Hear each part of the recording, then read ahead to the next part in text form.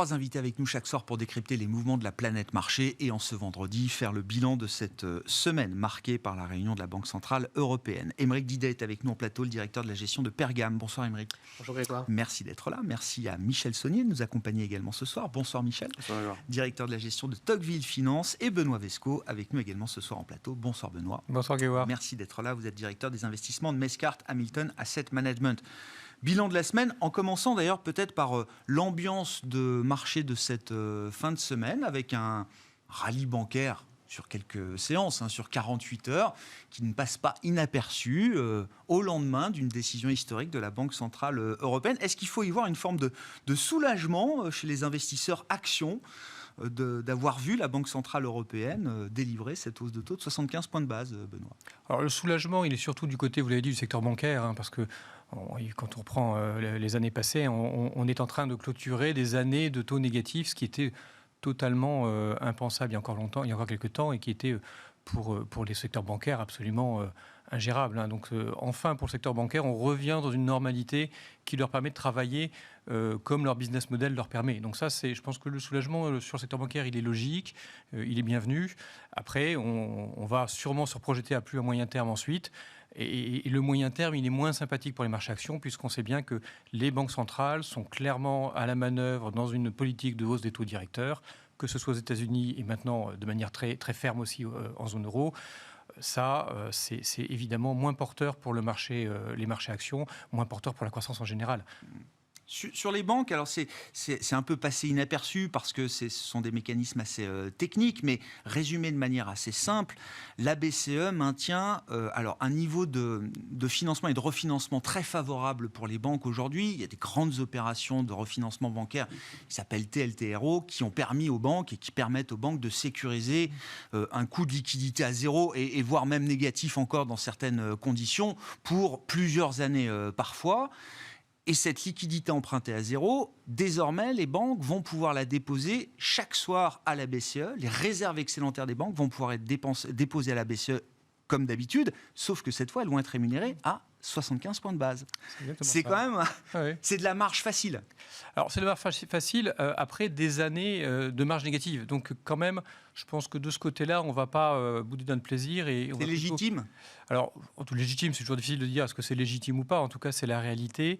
Et ça permet vraiment de retrouver un business model normal pour une banque. Donc ça, je pense que c'est la moindre des choses. Une banque, elle transforme l'argent. Elle emprunte à court terme, elle prête à long terme. Elle joue sur les spreads de taux et sur la courbe des taux. Elle peut à nouveau le faire dans des conditions normales. Je crois qu'on ne peut que le saluer. Après, quand même, des périodes de taux négatifs, de contraintes réglementaires, notamment en zone euro extrêmement dures, retrouver un peu d'air. Je crois que c'est plutôt sain dans une période de conjoncture économique fragile, où on aura toujours besoin du secteur bancaire. Leur donner un peu d'air est plutôt une bonne chose, je pense. Ouais. Vous n'êtes pas choqué à ce stade que la BCE maintienne... Là, encore une fois, quand je dis c'est de la marge facile, c'est même au-delà de leur métier naturel, parce que là, c'est vraiment de la liquidité excédentaire qui va être rémunérée tous les jours à 75 points de base, sans travail, sans effort. Le mécanisme va être révisé, je le précise, ça a été dit par Christine Lagarde hier, confirmé par le gouverneur de la Banque de France ce matin. Sans doute que ce mécanisme sera un peu moins favorable à terme, mais il existe tel quel aujourd'hui. Il existe à très court terme, tant mieux pour le secteur bancaire. Et puis, il faut voir ce à quoi vont faire face les banques à moyen terme. Probablement, et on en reparlera sûrement, un secteur immobilier un peu plus compliqué, une consommation probablement plus sous pression.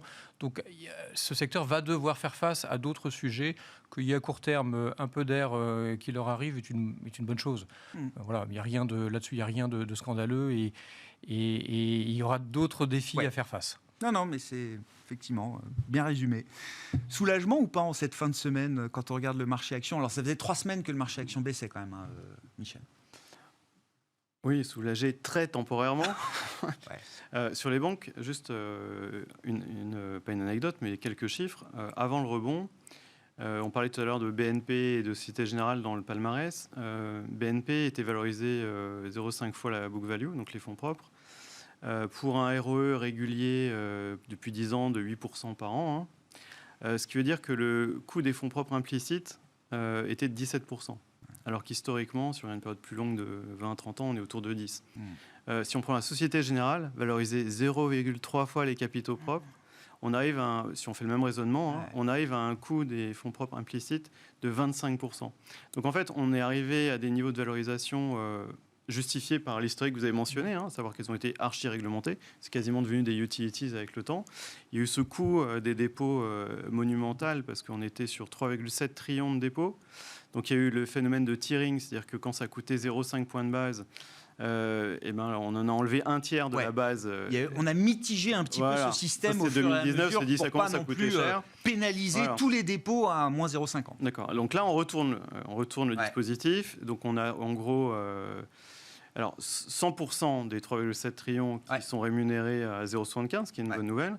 Et c'est vrai que l'autre bonne nouvelle, c'est le TLTRO qui a été emprunté à moins 0,4. Et oui, bien sûr. Pas à 0.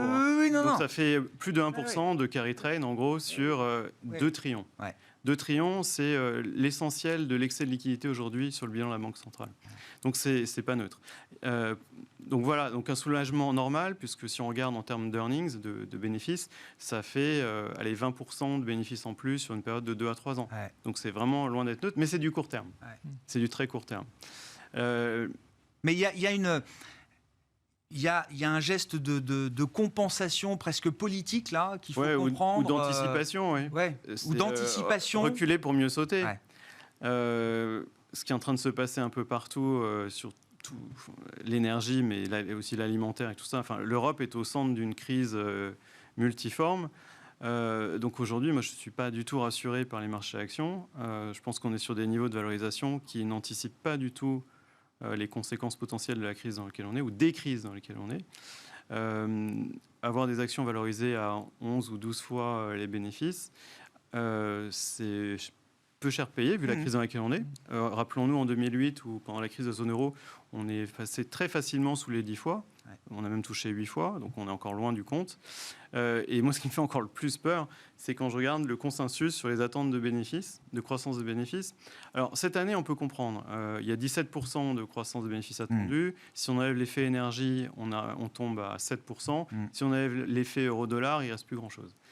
Mais voir que les attentes sur 2023 sont de plus 9 si on retraite de l'énergie. Avec l'énergie, on serait à plus 2. Et surtout, le pire, le marché, le consensus s'attend à une expansion des marges des entreprises. Alors que franchement, d'un point de vue, sans être pessimiste, rien que la facture énergétique, l'effet sur la consommation, sur la demande, je ne vois pas comment les marges pourraient augmenter. Donc en fait, c'est aussi une des raisons pour moi de la bonne tenue des marchés actions, qui sont très largement algorithmés. C'est que tous ces algorithmes se focalisent très largement sur la tendance du consensus d'anticipation de bénéfices. Et comme celle-ci s'est même améliorée, je pense qu'il y a beaucoup de signaux qui n'ont pas été à la vente, qui n'ont pas été déclenchés. Mais on y arrive. Des PMI en dessous de 50 ou proche de 50, ce n'est pas des croissances de bénéfices telles qu'on les voit aujourd'hui. Même si, en regardant encore un peu dans le rétroviseur, alors le marché se focalise sur les premières estimations statistiques, mais on a vu des révisions à la hausse de croissance du PIB. Les résultats ont encore été bons. Il n'y a pas d'effondrement des marges dans ce qu'on a constaté. C'est encore trop tôt. Il y a encore beaucoup d'inertie, j'ai l'impression, de ce point de vue-là. Les coûts ne sont pas pleinement répercutés. Déjà, la transmission, elle est très longue. Il y a de l'inertie, comme vous dites. Et puis, il y a eu quand même des mesures budgétaires, des fameux c'est ça, bien sûr. Qui, pour l'instant, ont coûté seulement 2% de PIB, mais qui vont sûrement coûter beaucoup plus cher en bout de compte. Donc, en fait, oui, c'est la question. C'est dans quelle mesure, tout comme ça s'est passé dans la période de Covid, on est capable de compenser au niveau étatique ce coût-là. Le seul problème, cette fois-ci, c'est que les banques centrales, elles ne peuvent pas émettre du gaz naturel. Non. Et donc, pour revenir aux banques, oui, dans ce contexte, vous comprenez qu'on conserve encore, là, pour quelques temps, peut-être, un peu de marge facile, pour leur permettre de faire un peu de marge facile, après tout ce qu'elles ont traversé, tout ce qu'on leur a mis comme réglementation, et avant ce qui se prépare peut-être. Non, mais le sujet, et la raison pour laquelle, à chaque fois qu'il y a un ralentissement économique, ces dernières années, les banques sont les premiers secteurs à être vendus, c'est le coût du risque. Le coût du risque, on l'a mentionné tout à l'heure en off, c'est l'histoire des zombies, des boîtes zombies qui ont été maintenues à flot de façon totalement artificielle par des financements extraordinaires qu'on a eus. Et cette bulle va éclater d'une façon ou d'une autre et ça va se retranscrire dans un taux de défaut. Et le taux de défaut, c'est une autre façon de dire le coût du risque des banques. Et donc ce coût du risque qui est toujours au plancher va augmenter. Donc ça, forcément, ça va renier la rentabilité des banques. Donc c'est pas plus mal que les banques se solidifient un peu. Je pense que la BCE, elle doit avoir ça aussi en tête avant de prendre un peu l'ouragan qui va arriver. On estime, sur la France, c'est des chiffres que j'ai vérifiés avec des économistes qui suivent ça de près, on estime que les 2 dernières années, on a évité 50 000 faillites ou défauts d'entreprise naturels, qui sont la vie naturelle de l'économie, qui a été mise sous cloche avec les mesures de protection. Je ne dis pas qu'on va rattraper 50 000 faillites d'un coup, mais il y a quand même effectivement une liquidation naturelle qui ne s'est pas faite. Ça peut être compliqué. Bon, Aymeric, commentaire sur cette fin de semaine. Il y a ce sentiment un peu de soulagement, comment vous l'interprétez? Alors plutôt bien, dans le sens où on a enfin eu on a eu une poursuite de hausse de taux par rapport à ce qu'avait fait la Fed. On sent qu'on a un processus qui est enclenché, un processus nécessaire, obligatoire, avec un discours très similaire à celui de la Banque centrale américaine. Donc ça, c'est quelque chose qui est important parce qu'on a plutôt eu tendance à penser que pour une fois, on avait une grosse crise qui était pas commune, mais en tout cas qui touchait le monde entier, mais avec des politiques monétaires qui n'étaient pas synchronisées. Et ça nous a un petit peu choqué parce que lors des précédentes grandes crises, en 2008 ou en 2011, les banques centrales s'étaient harmonisées et agissaient quasiment de concert. Or là, on a vu une banque centrale européenne qui était très en retard dans son cycle de hausse de taux. Alors c'est vrai que le sol européen a été touché par une crise majeure. Mais oui, c'est quand même une différence majeure. Mais oui, mais il y a un moment où le rôle de la Banque centrale, on nous a martyrisé pendant 20 ans que la Banque centrale, son rôle, c'était de combattre l'inflation. Et quand elle arrive, elle n'agit pas. Elle met du temps à réagir. Donc Madame Lagarde était en retard. Et ça, c'est un point qui est important. Et enfin, on voit qu'elle agit suffisamment fortement hier. Donc ça, c'est une bonne nouvelle. Donc c'est pour ça que c'est salué aujourd'hui. Il y a l'idée quand même que c'est rassurant de voir la Banque centrale européenne, même si ça choque un petit peu, et d'ailleurs c'est le but sans doute, mais se remettre dans un bon rythme.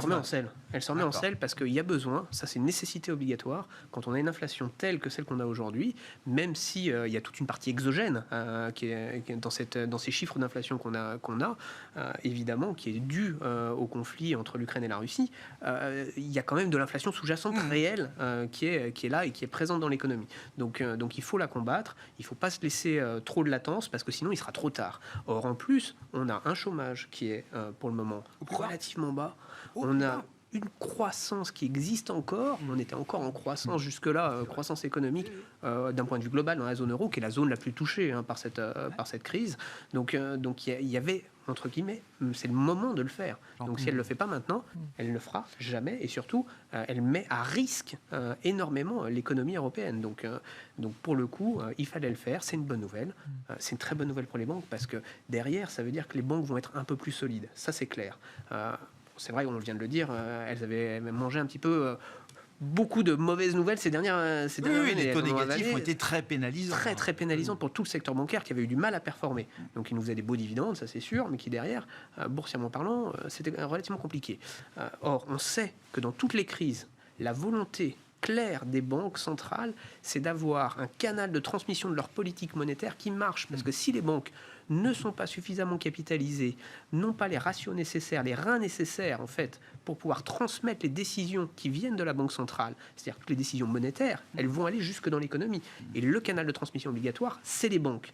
Donc il faut avoir un système bancaire qui marche, qui est efficient pour que ça soit produit d'effet. Donc c'est pour ça aussi qu'on aide un petit peu les banques, parce que évidemment, il y a une possibilité pour que si jamais cette guerre dure et que cette crise qu'on connaît aujourd'hui, avec tous les scénarios noirs qu'on lit partout, se perdure, il va falloir avoir des banques très très très solides. Après, c'est vrai que de faire tous les scénarios noirs aujourd'hui, c'est extrêmement simple. Inflation, guerre, banque centrale, hausse de taux, chômage qui peut monter, on peut en donner énormément. C'est très clair qu'aujourd'hui, pour l'investisseur... Moi, je le vois autrement, Aymeric. Je trouve, et pourtant, je suis d'un naturel optimiste, et sur les marchés, tout le monde est d'un naturel optimiste. pour la première fois depuis très longtemps, je trouve que c'est très difficile d'élaborer un scénario de bonnes nouvelles sur la base de ce qu'on connaît. Il peut toujours y avoir des très bonnes surprises, la guerre qui s'arrête. Exactement. Oui, mais la guerre qui s'arrête, ça ne veut pas dire que les sanctions s'arrêtent, ça veut dire qu'on reste quand même dans quelque chose de très disrupté pour encore longtemps. Tout à fait. Quand même. D'avoir le scénario aujourd'hui totalement opposé est très, très compliqué, c'est sûr et certain. Par contre, on n'est jamais à l'abri d'une bonne nouvelle. Ça aussi, il faut le noter. Parce que c'est quand on voit aussi tout noir que... faire le mois de juillet sur les marchés, par exemple. Exactement. Après, a été un mois de rebond et de rallye. Exceptionnel. Mais après, on avait eu un mois de juin qui était catastrophique. On avait eu des anticipations bénéficiaires cata. Donc, il y a des éléments qui font. Mais on a besoin de la petite étincelle, d'un élément qui va aujourd'hui redonner confiance aussi aux investisseurs. Et ça, sans ces éléments, sans un élément pour provoquer ça, ça va être un petit peu difficile de passer dans cet autre scénario parce qu'il y a des scénarios alternatifs. Il y a des zones qui sont beaucoup moins touchées par cette crise. Oui, non, mais on y viendra. Donc, il y a de quoi faire encore pour l'investisseur. Ouais, mais bon, je trouve quand même que ça l'Europe mérite qu'on s'y arrête aujourd'hui, parce que c'est vrai que alors les questions sont pas faciles. Oui, Michel. Non, mais en fait, moi je trouve que quand on regarde les différentes classes d'actifs, il y en a une qui donne un peu l'illustration du problème qui se pose à l'Europe, c'est le change.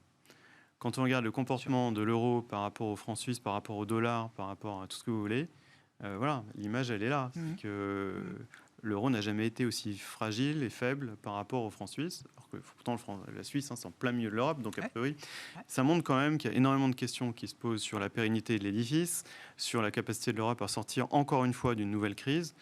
Et puis, je trouve que c'est complètement éloigné. En fait, les actions ont l'air de plus ou moins ignorer ce qui se passe. Le crédit commence à l'intégrer et les devises l'ont bien intégré. Ils sont déjà dedans. Donc, il y a une espèce de maturation. Le marché action n'est pas le marché le meilleur révélateur peut-être de la situation actuelle. Bien sûr. Il est souvent en retard. Bien sûr. Il y a un truc qui me marque, c'est dans le discours de Christine Lagarde hier. C'est la question du policy mix. Encore une fois, si je résume grossièrement, on a pour l'instant une politique budgétaire qui accommode massivement la facture énergétique des ménages, notamment. Alors on nous dit, on va réduire, le bouclier ne va pas rester à ce niveau-là en France, sans doute qu'on enverra peut-être moins de chèques à l'avenir. Mais pour l'instant, on est quand même les vannes grandes ouvertes. Et Christine Lagarde, elle s'est exprimée là-dessus. Il y a en introduction, pas en réponse à une question, elle dit la partie budgétaire, attention, il faut que ces mesures-là soient ciblées et temporaires. Je ne dis pas qu'elle appelle à l'austérité, mais en gros, elle dit quand même aux États, ce que vous êtes en train de faire là, vous ne pouvez pas le faire tous les mois, mois après mois, trimestre après trimestre, parce que non seulement ça va alimenter les pressions inflationnistes, ça va nous obliger à être encore plus durs, et puis surtout, ce que vous n'avez pas compris, c'est qu'on arrête d'accommoder vos déficits. Autant pendant le Covid, on a considéré que c'était un choc exogène qui méritait que la Banque centrale mette au frigo les 10-15 points de PIB de dette supplémentaires que tout le monde a pris en même temps, autant là, c'est plus pareil. Non, et il a raison sur le fond, on va pas, bien sûr. On a sûrement aussi pris des mauvaises habitudes après la pandémie et les taux zéro. C'était facile pour un État d'emprunter et de redistribuer. Et donc ça, je pense que malheureusement, il va falloir en sortir. Bon, ce n'est pas la première présidente de la BCE à dire qu'il faut être plus rigoureux et à ne pas être écouté. Il faut être clair, ça fait même des décennies que les banques centrales, la BCE le dit au gouvernement et qu'elle n'est pas écoutée. Je pense que le meilleur des moyens pour la BCE d'être écoutée, c'est ce qu'elle est en train de faire, c'est de monter les taux. C'est ça. Tout simplement. Choquer un peu le système. Et ça se fera, je dirais malheureusement, naturellement. Quand votre budget et les taux d'intérêt que vous avez payés dans votre budget en fin d'année ne fait que monter, à un moment donné, vous devez être un peu plus rigoureux. Mais ça veut dire qu'elle ne s'arrête pas là à ses 75 points de base alors? Elle l'a dit. Je pense qu'elle l'a dit clairement. Elle ne s'arrête pas là. Elle a encore 2 réunions avant la fin de l'année. Elle ne s'arrêtera pas. Et elle s'arrêtera d'autant moins que la Réserve fédérale américaine ne va pas s'arrêter. Et elle doit aussi courir après la Réserve fédérale américaine pour essayer. On voit bien qu'elle a réussi temporairement à stabiliser l'euro. Ça ne va pas suffire. Donc elle va encore continuer à suivre ce mouvement-là et à le suivre tant que la Fed le fera. Donc là, il y a encore du travail du côté des banques centrales et de la BCE. Il y aura un impact sur la croissance. Tout ça est plutôt sain à moyen terme. C'est douloureux à court terme, mais c'est plutôt sain à moyen terme. Oui, le but étant d'éviter, de minimiser la douleur à court terme en agissant durement aujourd'hui et pour pouvoir peut-être... Et on comprend les gouvernements de ce côté-là au niveau social. On comprend que certains gouvernements essayent d'aider. Bah oui. Bon, il y a des gouvernements, clairement, quand on regarde le Royaume-Uni, qui ne prennent pas cette option-là. Non. Mais il y a des Enfin, cultures... elle a 150 milliards à mettre sur la table. Visiblement, Liz Truss, c'est Oui. quand même le... Voilà, il y a quand même un gros paquet qui, semble-t-il, est en train d'arriver. Bon, c'est assez logique. Oui. Et c'est un peu leur rôle à court terme. Mais on voit bien que plus les taux seront élevés, plus ce sera difficile pour les États de jouer ce rôle-là. Ouais. Il y a quand même l'idée d'une stratégie de tension, parce que, comme le dit Benoît, la BCE, elle envoie des messages aux États qui ne sont pas toujours suivis des faits. Moi, j'ai un peu l'idée d'un scénario où on va avoir peut-être un bras de fer un peu dur entre des États, des gros États européens et la BCE, d'une certaine manière. Ouais, c'est hyper compliqué. La première question, c'est Burns ou Volcker. Oui. Et les deux, finalement, se valent remis dans leur contexte. La tentation de Burns, c'était de dire, finalement, c'est un phénomène exogène, c'est l'énergie, donc à un moment donné, ça passe. Ouais. Sauf qu'il y a des effets de second tour. Ouais. Donc moi, ma tentation, ce serait de dire la même chose. Finalement, c'est juste lié à l'énergie. Mais en réalité, on voit très bien que ça a des ramifications importantes, l'alimentaire, etc. Et qu'on va avoir forcément un second tour. Et donc, il faut monter les taux. Ouais. Maintenant, il y a une autre donnée qui est plus à moyen-long terme. C'est que si, comme on commence à le penser, on est dans une période de grand renversement, comme disent les anglo-saxons. C'est-à-dire qu'on renverse beaucoup de tendances qui étaient à l'œuvre depuis des décennies. Il paraît évident que capital, travail et énergie seront beaucoup plus chers, durablement plus chers, pour plein de raisons, et que du coup, le taux d'équilibre des banques centrales doit mécaniquement remonter. Ouais. La grosse difficulté, c'est de gérer la transition, comme toujours. En fait, toutes ces transitions-là, qu'elles soient énergétiques ou autres, vont être très douloureuses à court terme. Ouais. Bon, si on sort de l'Europe, parler des États-Unis, est-ce qu'on est plus confortable avec la situation américaine aujourd'hui, Émeric ? Est-ce que c'est un peu le débat qu'on avait cette semaine ? Est-ce que l'idée d'un soft landing survit, y compris après le discours de Jackson Hole, par exemple, de Jérôme Powell ? Ça va pas non plus être simple aux États-Unis, mais ça sera plus simple qu'en Europe. Ouais. C'est ça qu'il faut garder à l'esprit, c'est que les sociétés américaines, la société américaine dans son ensemble, elle a déjà un taux de chômage qui est déjà beaucoup plus bas. Un taux d'épargne qui a été colossal pendant toute la période Covid. Ils ont mis énormément d'argent de côté. Énormément d'argent qui leur permet aujourd'hui de continuer à consommer et de soutenir très fortement l'économie. Il ne faut pas oublier que l'économie américaine, c'est l'économie de la consommation. Ça reste une économie de consommation. Et aujourd'hui, on l'a pleinement vu dans les chiffres qu'on a depuis 6 mois aux États-Unis où la consommation tient.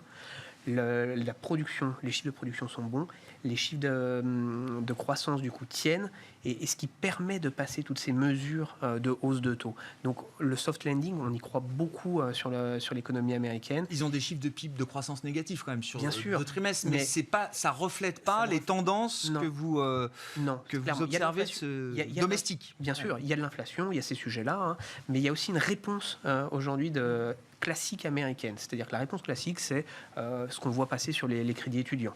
On est capable d'annuler de la dette. On voit ce qu'ils ont fait sur pas mal d'entreprises. Il y a pas mal d'États qui ont aussi commencé à annuler les aides, les lignes de crédit qu'ils avaient données aux entreprises d'aide pendant la période Covid.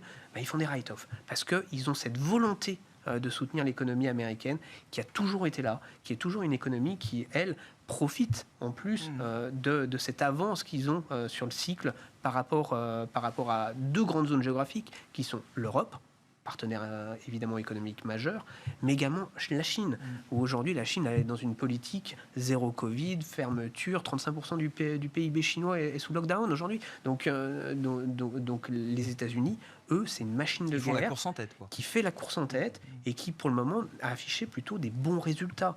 Parce que justement, les entreprises, elles ont été bien gérées.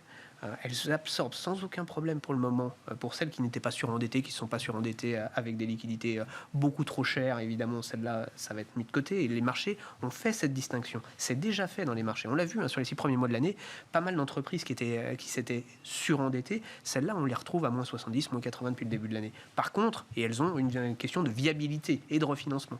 Par contre, les grandes, elles, qui ont souvent en plus des liquidités excédentaires, elles vont avoir des liquidités qu'elles vont plus pouvoir placer. Donc, certes, elles vont subir l'inflation, elles vont avoir des marges qui sont quand même à risque, mais beaucoup moins que l'Europe. Donc, c'est pour ça qu'on continue de privilégier la zone US. Après, il y a quand même un choc monétaire massif aux États-Unis, dont on n'a pas vu encore le plein impact. Il y a toujours un décalage entre l'annonce d'une hausse de taux et la diffusion de son plein effet dans l'économie réelle. Ce qui réagit le plus aujourd'hui, c'est l'immobilier. Mais c'est peut-être que le début de la réaction, d'une certaine manière. Exactement, on va avoir des effets, c'est évident.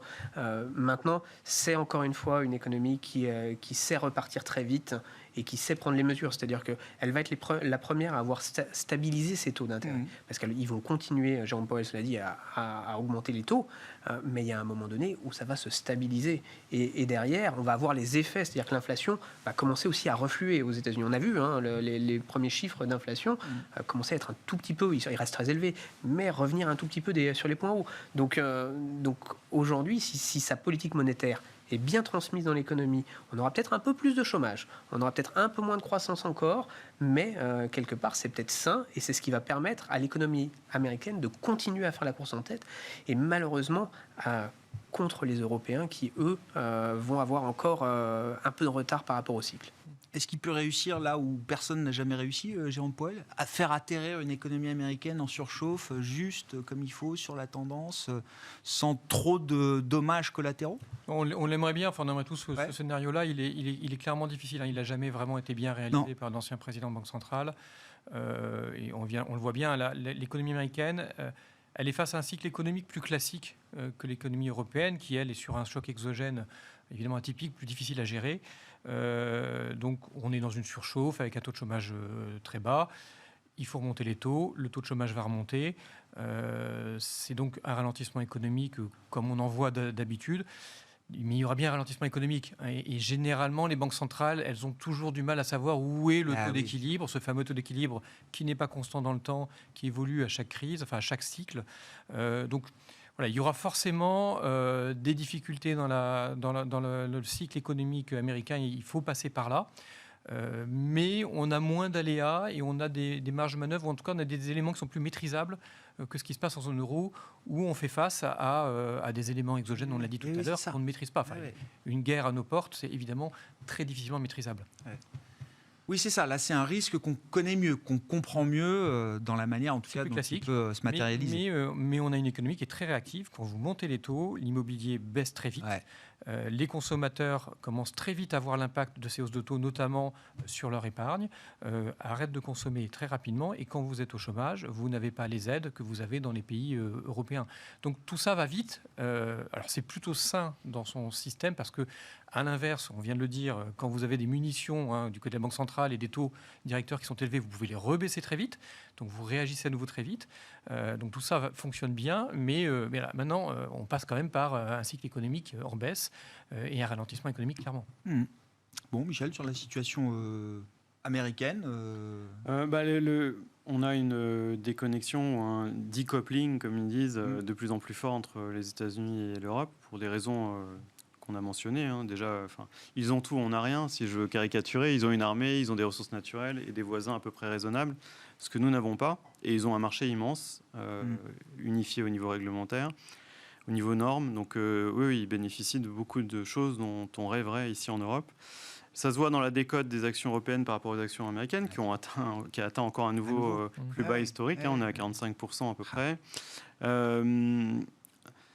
Non, c'est vrai qu'on est sur des problématiques et des dynamiques et des trajectoires aujourd'hui qui sont très très différentes. Et en conclusion, pour vous trois là-dessus, comment vous caractérisez votre positionnement d'investisseur là aujourd'hui en général, et est-ce que oui, c'est le dollar ou la partie dollar qu'on privilégie dans les actifs qu'on gère ? En fait, il faut tenir compte, comme je mentionnais tout à l'heure, du parcours assez différencié des différentes classes d'actifs. La bonne nouvelle aujourd'hui, c'est quand même qu'on est sorti du TINA. Et le TINA, c'était pas que les actions, c'était surtout tout ce qui était... En fait, on a vraiment une course en environnement taux zéro vers le dernier pourcentage de rendement qu'on pouvait avoir, qui fait que cette bulle, c'est complètement de liquidité portée sur tout ce qui est non-coté, notamment. Avec des rendements qui étaient complètement faméliques vu les risques qui étaient pris. La bonne nouvelle aujourd'hui, c'est qu'on a des taux qui sont remontés, des rendements par le crédit, que ce soit yield ou investment grade, qui sont maintenant sur les niveaux à nouveau attractifs. Bon, s'il y a une récession, ça va encore s'écarter, mais avoir aujourd'hui un all-in sur high yield autour de 6-7%, C'est quand même pas mal. Ouais. Donc on retrouve là sur la partie taux, par exemple. On va pouvoir refaire plein de choses. Y compris sur du risqué, on retrouve un rendement. Mais là, ça c'est la bonne nouvelle. Ça c'est une bonne nouvelle. C'est qu'en fait, on a à nouveau la capacité de diversifier nos portefeuilles. Ouais. Ça change tout. Donc toutes les techniques de couverture de portefeuille grâce à un coussin obligataire, les fameux CPPI qui avaient complètement disparu, ça peut revenir. Donc c'est pas si noir que ça du point de vue de l'investissement. D'un point de vue de l'investisseur, il y a des choses à faire à nouveau. Donc ça c'est bien. Benoît, clairement, sur la partie obligataire, c'est évident. On retrouve des choses intéressantes avec une certaine prudence face au cycle économique qu'on va vivre. Mais retrouver des rendements autour de 7 sur le high yield, c'est intéressant. Retrouver du monétaire positif, c'est quand même assez intéressant. Pour attendre, c'est bien. Voilà, tout simplement, pour pouvoir attendre de manière positive, sans perdre d'argent de manière sûre. Voilà, c'est des éléments qu'on n'avait plus et qui permettent d'avoir un portefeuille peut-être plus équilibré, plus diversifié, là où il fallait prendre des risques pour être, même sur un portefeuille prudent, prendre des risques pour avoir une certaine rémunération. Donc ça y est, on renormalise la gestion de portefeuille, c'est quelque chose d'intéressant.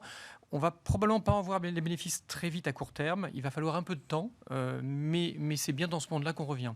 Et le rendement que vous évoquez, donc le high yield, la dette à haut rendement, donc avec un caractère risqué, plus risqué que la dette investment grade, en l'occurrence, 6-7% de rendement au global, j'entends, sur ce compartiment de marché. C'est suffisant si demain on a une récession en zone euro, si on a une récession aux États-Unis. Il y a une anticipation quand même de risque de défaut dans ce 6-7% qui est quand même déjà assez élevé et qui devrait quand même nous apporter une certaine protection. Alors ça amène quand même à avoir une bonne diversification sur ces portefeuilles-là, toujours parce qu'on sait qu'on va au-devant d'un ralentissement économique. Mais un dernier élément, quand vous avez des rendements d'obligations d'État positifs, vous avez encore aussi une autre carte à jouer dans vos portefeuilles, ce qui n'existait plus il y a encore quelques semaines, quelques mois. Donc voilà, tout ça est quand même intéressant à regarder et peut permettre de reconstruire bien des portefeuilles. Émeric, sur la logique d'investissement qui vous guide aujourd'hui. Clairement, on a commencé à réinvestir dans le haut rendement, dans le crédit haut rendement, parce qu'aujourd'hui, on estime qu'il y a deux seuils souvent sur le haut rendement. C'est le seuil des 600 points de base d'écartement de spread de crédit. Donc sur le haut rendement, on y est. Donc ça veut dire du 7 à 8% sur des fonds 2026-2027. On peut faire pas mal de fonds à échéance qui se sont lancés sur cette thématique-là. Et là, on parle de haut rendement de qualité ou on va chercher loin dans le risque? Non, justement. Il y a toujours du risque dans le haut rendement et on aura du défaut. Mais c'est pour ça que je parle de fonds à échéance, parce qu'on a une échéance qui est à peu près connue. Et derrière, on a une centaine de lignes en diversification souvent. Et c'est ça qui est intéressant dans ces fonds-là. Donc on aura sûrement du défaut, mais on est quand même payé pour attendre. Parce que 2026-2027, par exemple, ça veut dire qu'on a aussi le temps de passer la crise. Et ça, enfin j'espère en tout cas. C'est une anticipation qu'on peut avoir. C'est une anticipation sur lesquelles les entreprises, elles ont ces lignes, mais elles devront les refinancer en théorie sur ces échéances-là. Ça peut aussi permettre de passer la crise sur un certain nombre d'entreprises. Donc ça, c'est important. La deuxième, c'est qu'il y a un deuxième niveau, qui est le niveau sur lequel souvent on pourra de nouveau commencer à réinvestir. C'est si on va plus loin dans la récession et plus loin dans le stress. On arrive souvent dans ces points-là, c'est les 1000 points de base de spread de crédit. Et là, par contre, souvent, c'est des points extrêmement intéressants. Historiquement, en tout cas, ça a souvent été des points extrêmement intéressants d'investissement. Ça veut dire qu'on a un marché qui a overshooté ou qui est allé très loin dans la noirceur. Mais c'est là où c'est des marchés qu'on avait souvent laissés de côté ces dernières années parce que c'était pas des marchés sur lesquels le risque était rémunéré. Aujourd'hui, on est payé on est rémunéré pour prendre ces risques-là. Donc c'est là où c'est redevenu intéressant. Oui, c'est un secteur comme si on regarde pour les actions aussi, on peut trouver des segments qui sont intéressants. C'est tous les acteurs qui ont des passifs longs. Typiquement, un assureur, jusqu'à présent, son résultat financier, il était ridiculement en bas. Là, maintenant, on commence à avoir quelque chose de sérieux à mettre en face du résultat opérationnel, du résultat technique. Donc ça aussi, ça explique, je pense, en grande partie pourquoi le secteur tient très bien cette année. Tout à fait. Tout à fait. C'est un secteur qui a souvent été un petit peu assimilé aux financières, au global, et donc qui souvent a sous-performé, alors que lui bénéficie presque beaucoup plus des hausses de taux, et notamment des hausses de taux courts qu'on a eues de la part de la Banque centrale hier. Donc c'est pour ça que c'est un secteur qui est très très intéressant aujourd'hui. En Europe en tout cas. Après, c'est vrai, c'est aux États-Unis qu'il faut aller. Bon. Effectivement, donc on retrouve quand même dans l'univers d'investissement au sens large, on retrouve quand même des choses intéressantes. Il y a une séquence à respecter, j'ai l'impression, et voilà, le crédit pour l'instant, c'est l'univers dans lequel on a envie de se replonger aujourd'hui avec la remontée des rendements et donc un risque qui est un peu plus correctement rémunéré en tout cas. Il nous reste quelques minutes, je sais que vous aimez la voiture. Porsche. Non, mais ça m'intéresse, moi, Porsche, parce que visiblement, ils ont vraiment très envie d'y aller, modulo les conditions de marché. Mais bon, on a lu beaucoup de choses. Ils ont quand même pré-sécurisé un tour de table assez solide, visiblement, avec une valo entre 60 et 85 milliards. 85 milliards, c'est la market cap de Volkswagen, la maison mère de Porsche. Voilà. Comment on considère Porsche, c'est pas juste de l'automobile, j'imagine. En fait, c'est la question. Non, mais en fait, c'est vraiment ça la question. Est-ce que ça va tomber du côté Renault ou du côté Ferrari? Non, mais on en est là. Ouais. On en est là. Renault, Ferrari, je sais pas. Je suis pas caricature, mais en fait, voitures de sport et de luxe, mais en tout cas, je sais que c'est pas Renault. Tout se joue sur l'image de marque. C'est 8 milliards de market cap, Renault. Oui, exactement. C'est quasiment une small maintenant. Rejoint Air France dans les smalls. Non, si on regarde plus sérieusement, Ferrari, c'est une production d'un peu plus de 10 000 véhicules. D'accord ? Et c'est un prix de vente moyen de 320 000 euros par véhicule. Si on regarde Porsche, c'est une production de 300 000 véhicules et un prix moyen de 100 000 euros. Donc on n'est pas vraiment dans la même catégorie, mais il y a de la marge entre la valorisation de Ferrari, qui est valorisée comme un produit de luxe. Ouais. En réalité, Ferrari est beaucoup plus corrélé depuis son introduction en bourse au LVMH de ce monde. Même Hermès. Ouais. Que aux constructeurs automobiles, quels qu'ils soient. Donc en fait, ce qu'on peut imaginer, c'est que Porsche, c'est comme une image de marque très forte. Alors c'est pas Ferrari, encore une fois, parce que là, ce qui est rare est cher, c'est moins rare. Néanmoins, ça vaut plus que Volkswagen, ça vaut plus que Mercedes. Donc il va falloir trouver un entre-deux acceptable. Ce qui est intéressant, c'est que Porsche, tout comme Ferrari, a été capable d'augmenter le prix de ses modèles moyens sur les 15 dernières années dans les mêmes proportions. Juste pour donner des chiffres, si on regarde les deux marques absolues dans le luxe, c'est Hermès et Rolex, l'augmentation des prix année après année sur 15 ans, c'est de l'ordre de 4 à 5% en moyenne. D'accord ? Si on regarde Ferrari et Porsche, ils arrivent à passer des hausses de prix de 2 à 3%. Donc c'est là où c'est intéressant, c'est que Porsche arrive à faire la même chose que Ferrari en termes de hausse de prix, de pricing, power, mais en partant d'un niveau plus bas. Quoi. 3 fois inférieur en moyenne, c'est ça. Ouais. Donc, mais bon. Et c'est dans le sens de l'histoire, Porsche. Je sais pas, il y a le côté un peu statutaire, ostentatoire, le côté moteur thermique, parce que bon, ils vont faire un peu d'électrique, mais non, ils font beaucoup d'électrique. Alors pour le coup, c'est là où ils sont en avance. Alors, je me dis, le Porschiste, c'est légitime, il a envie d'avoir son moteur, le bruit du moteur et tout ce qui va avec, quoi. Oui, mais alors justement, ce qui est Porsche aujourd'hui, 60% des ventes, c'est des SUV. Ouais. Donc la magie a un peu disparu, on va dire. C'est vrai. Et en fait, en termes d'électrification, ils sont quand même très très avancés. Donc le client Porsche, oui, l'électrique, ça ne le dérange pas. Non. En tout cas, le dernier modèle qui a été sorti, qui était le Taycan, représente aujourd'hui quasiment 20% des modèles vendus de chez Porsche. Et c'est un vrai succès. Ouais. Oui. Donc dans la stratégie de Porsche, ils n'ont pas de frein à faire de l'électrique. Ça a l'air de fonctionner sans bruit du moteur. C'est ça. Mais juste un élément sur ce sujet-là. Ce qui va être intéressant de regarder, c'est qui va avoir accès à l'introduction en bourse. Parce qu'on se souvient de l'introduction en bourse de Ferrari. La problématique qu'il y avait eu à l'époque, c'est qu'il y avait eu une grosse disponibilité pour les Américains. C'est les Américains qui avaient pu souscrire.